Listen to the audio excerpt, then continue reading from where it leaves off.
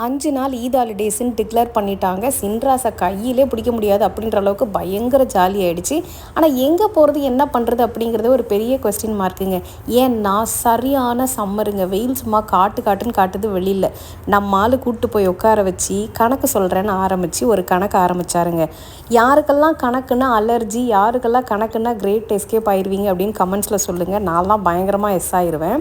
ரொம்ப சின்சியராக கணக்கு சொல்லிகிட்டே இருந்தார். எப்படிரா எஸ்கேப் ஆகுறது அப்படின்னு யோசிச்சுட்டே இருக்கும்போதே நல்ல வேலை வெயிட்டர் அண்ணா வந்து டிஃபன் கொண்டு வந்து வச்சு எங்களை வந்து காப்பாற்றிட்டாருன்னு வச்சுக்கோங்களேன்.